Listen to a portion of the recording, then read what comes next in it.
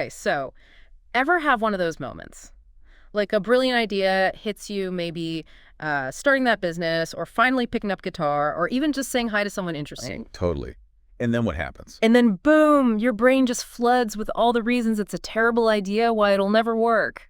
Right. Yeah, the internal doubt committee convenes immediately. We've all been there, Yeah. watching those great ideas just sort of fizzle out into what ifs. Exactly. That little gap between the excitement and the, oh no, I can't possibly, that's where amazing things get lost. It really is.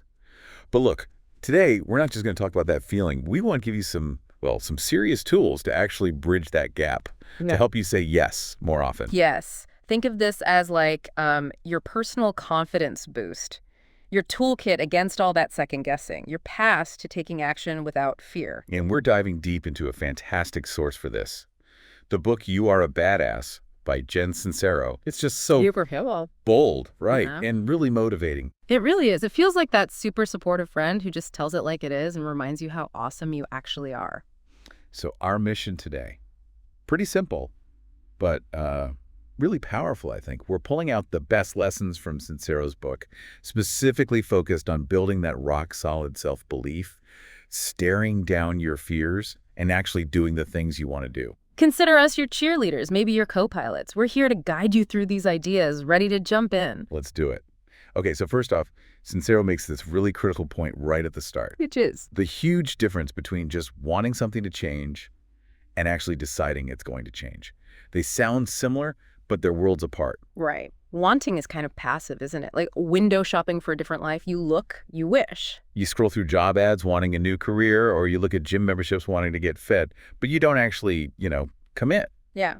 And Sincero has this great analogy that the dateless cheerleader a week before prom. Huh. Yes. She's not just sitting there wishing. She shifts into decide mode. She's calling people, asking around, making it happen. That's the energy. Total commitment. It's an internal shift, like, this is happening, no more negotiating with yourself. And she contrasts that so well with the image she uses, wanting change, while basically sitting on the couch with a bong and a travel magazine. Right. It's a nice fantasy, but there's no real engine behind it, no decision. So, takeaway number one. Yeah. Move from I wish to I decide. I am doing this. Okay, so you make the decision, then what? This is where belief comes in, big time. Huge time. Sincero really pushes this idea that we live in this field of, limitless possibilities, even if everything in your past screams otherwise. I love that quote she has. Believe that anything is possible anyway. See what happens. What do you have to lose? It's such a freeing thought, isn't it? Yeah. Just try believing. What's the downside? And she gets into the subconscious mind here, calling it the blueprint for our lives. This really clicked for me. It's fascinating because that subconscious, it just soaked everything up when we were kids, unfiltered. And those early messages became our core beliefs. Like hidden programming.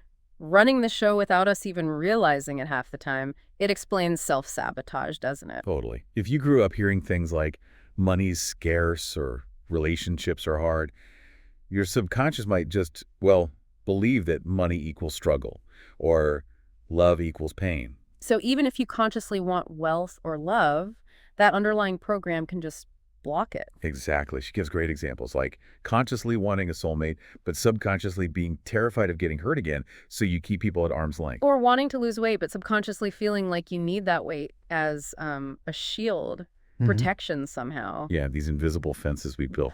So how do you start taking them down? Sincero talks about raising your frequency. Ah, the radio station analogy. I like that. That's a good one, right?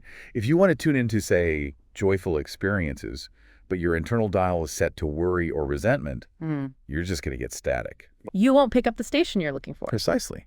Our dominant thoughts, our feelings, they create this kind of energetic signal. By consciously choosing gratitude, belief, joy, you change the signal. You tune into the frequency of what you actually want, like choosing the upbeat music channel instead of the news channel full of problems. But it's not just about thinking happy thoughts, is it? She's very clear on that. No, absolutely not. It's the combo platter. Yeah. Energy and action, they have to work together. You need both.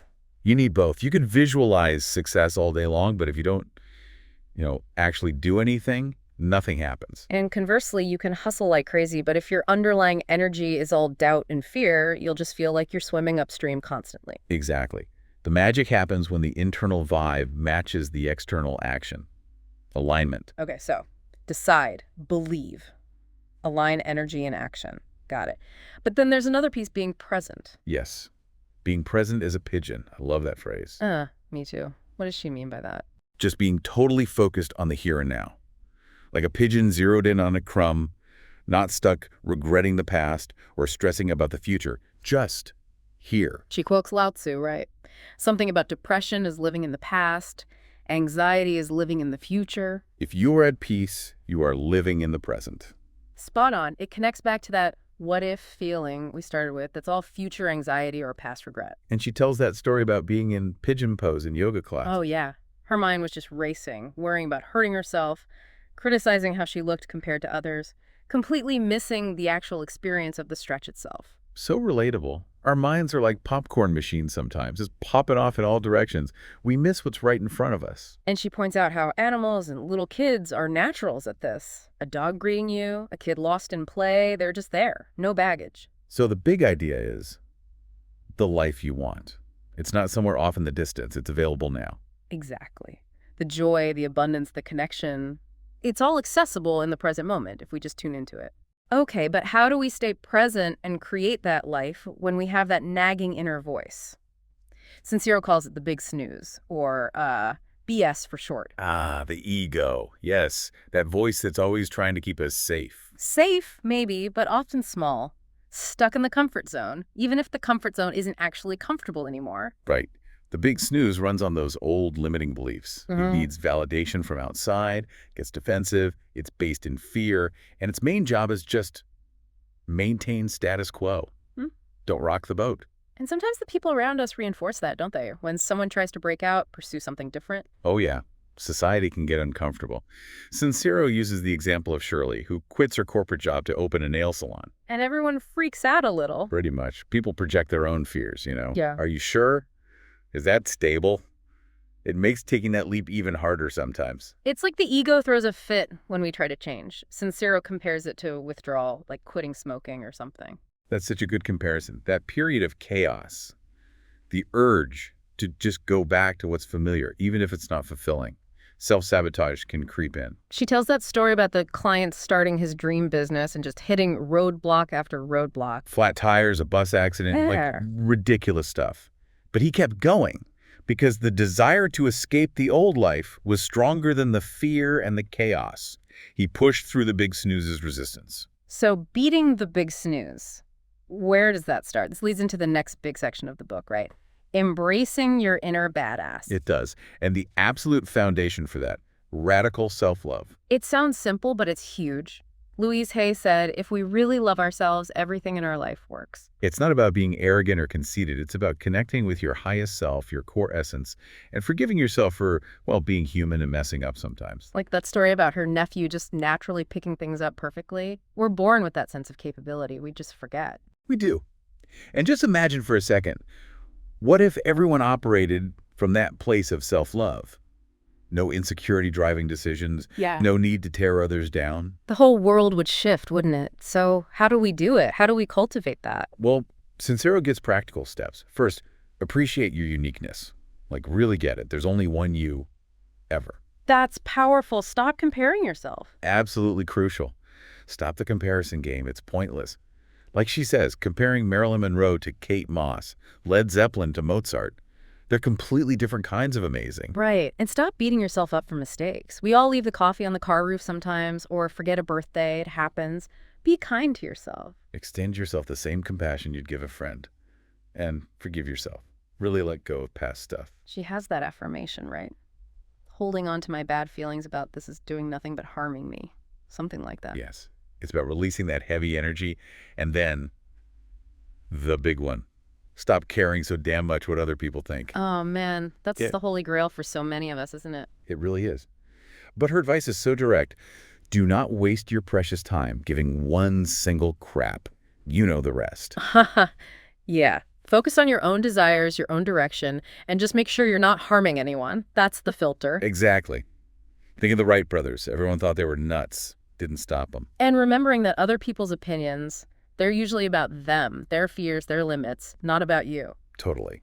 But she does add a caveat. It's worth asking why you might be seeking validation, and maybe listen to constructive feedback from people you trust. It's about balance. Right. Not just dismissing everything, but not letting random opinions derail you. Ultimately, it comes back to knowing you have unique gifts, and living your purpose starts when you actually use them. Okay. Decision, belief, presence, taming the ego, self-love. Now, time for action. Bold action, yes. Stop overthinking. Stop waiting for the perfect plan. Just take the first right step, whatever feels like the next logical move, even if it's small. You don't need the whole map, just the next turn. Exactly. And have a good attitude about it. Even if you're doing tasks that are just stepping stones, like the rock star waiting tables, appreciate that you're funding your dream. Bring gratitude to the process. Good point. And don't try to reinvent the wheel entirely. Learn from people who inspire you. See what worked for them, get clues for your own path, and let go of the pressure to find your one true calling. Oh yeah, the thunderbolt hype. Right. It's okay to have multiple passions. Your calling can evolve. It's a journey. And be like, loincloth man. Yes. Just be unapologetically you. Live your truth, even if it looks weird to others. That's badass energy. Okay, so we're acting boldly. How do we amplify that? Sincero talks about tapping into the mother lode, source energy. Yes, connecting to that universal energy field, the source of all creativity, all potential. And a key way she suggests doing that is meditation. But keep it simple, right? Don't get intimidated. Exactly. Start small, 5 minutes a day. Just create that space to quiet the noise and connect inward. And here's a key thing she mentions. You have to change your thinking first. The evidence follows the belief, not the other way around. That's a tough one for a lot of people, but it's crucial. You have to start believing in what you can't see yet. Which leads to the act as if principle. Yes. If you want something, start acting like the person who already has it. How would they think? What would they do? How would they feel? Embody that energy now. Visualize it. Maybe make a vision board. She's a fan of those. Definitely. Make it tangible. Yeah. And huge one. Surround yourself with positive people. People who lift you up, who dream big too. Ditch the doubters and the energy vampires. Absolutely critical. Yeah. Your environment matters. Be around people who fuel your fire. Okay, loving this. Now, she has a chapter called Channel Your Inner Crotch. That definitely makes you look twice. It does. It's her funny way of saying, remember when you were younger, less inhibited, more willing to just go for it without overthinking. Tap back into that energy. That fearless, playful kid energy. Exactly. She shares some great little bits of wisdom from her past. Like, just see what you can get away with. It takes the pressure off, doesn't it? Totally. And lose track of time. Get so absorbed in what you love that hours just fly by. That's flow. And keep being the beginner. Don't get so serious that you lose the fun. Allow yourself to learn and stumble without harsh judgment. Okay, so this all sounds amazing, but let's be real. The path isn't always easy, right? There will be setbacks. Guaranteed. And that's where decision meets surrender. She quotes Churchill. Success consists of going from failure to failure without loss of enthusiasm. You gotta keep the fire lit. Think of Michael Jordan getting cut from his high school team, or Spielberg getting rejected from film school multiple times. Edison's thousands of attempts with the light bulb. Suehiro Honda facing huge setbacks before Honda Motor Co. took off. Yeah. Perseverance is key. You have to really want it. And that word decide, again, it means to cut off other possibilities. No more wavering. Right.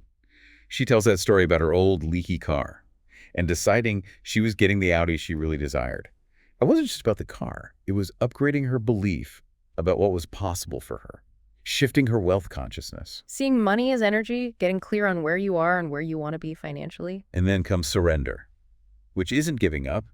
It's trust, faith, letting go of the need to control everything. Like the party invitation analogy she uses? Perfect. If you throw a party and trust your friends will come and have fun, it's a relaxed vibe, right? Oh. If you're stressed, micromanaging, doubting, it kills the energy.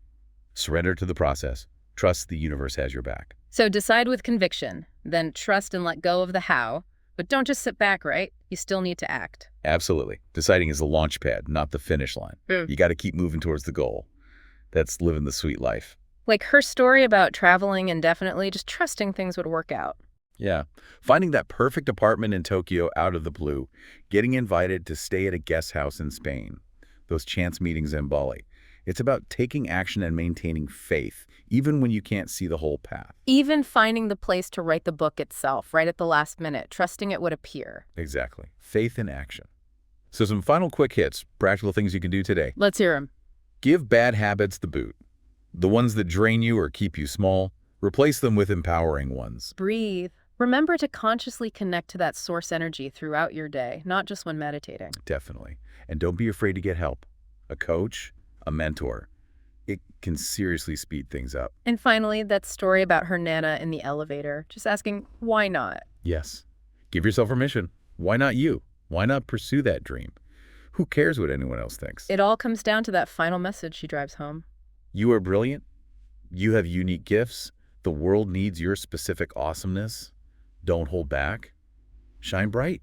So, bottom line, you really are a badass. You can create the life you want. Believe it, decide it, act on it. Yeah, shift from wanting to deciding. Understand your beliefs. Be present. Yeah. Quiet the ego. Love yourself fiercely. Take that first step. Trust the process. Never lose faith. So the question for you listening is, what's one small badass step you can decide to take today, right now? Just one thing. Go for it. You've got this. And hey, if you want more, check out the resources section in Sincero's book. Loads of great stuff there too. Absolutely. Now go out there and be the badass you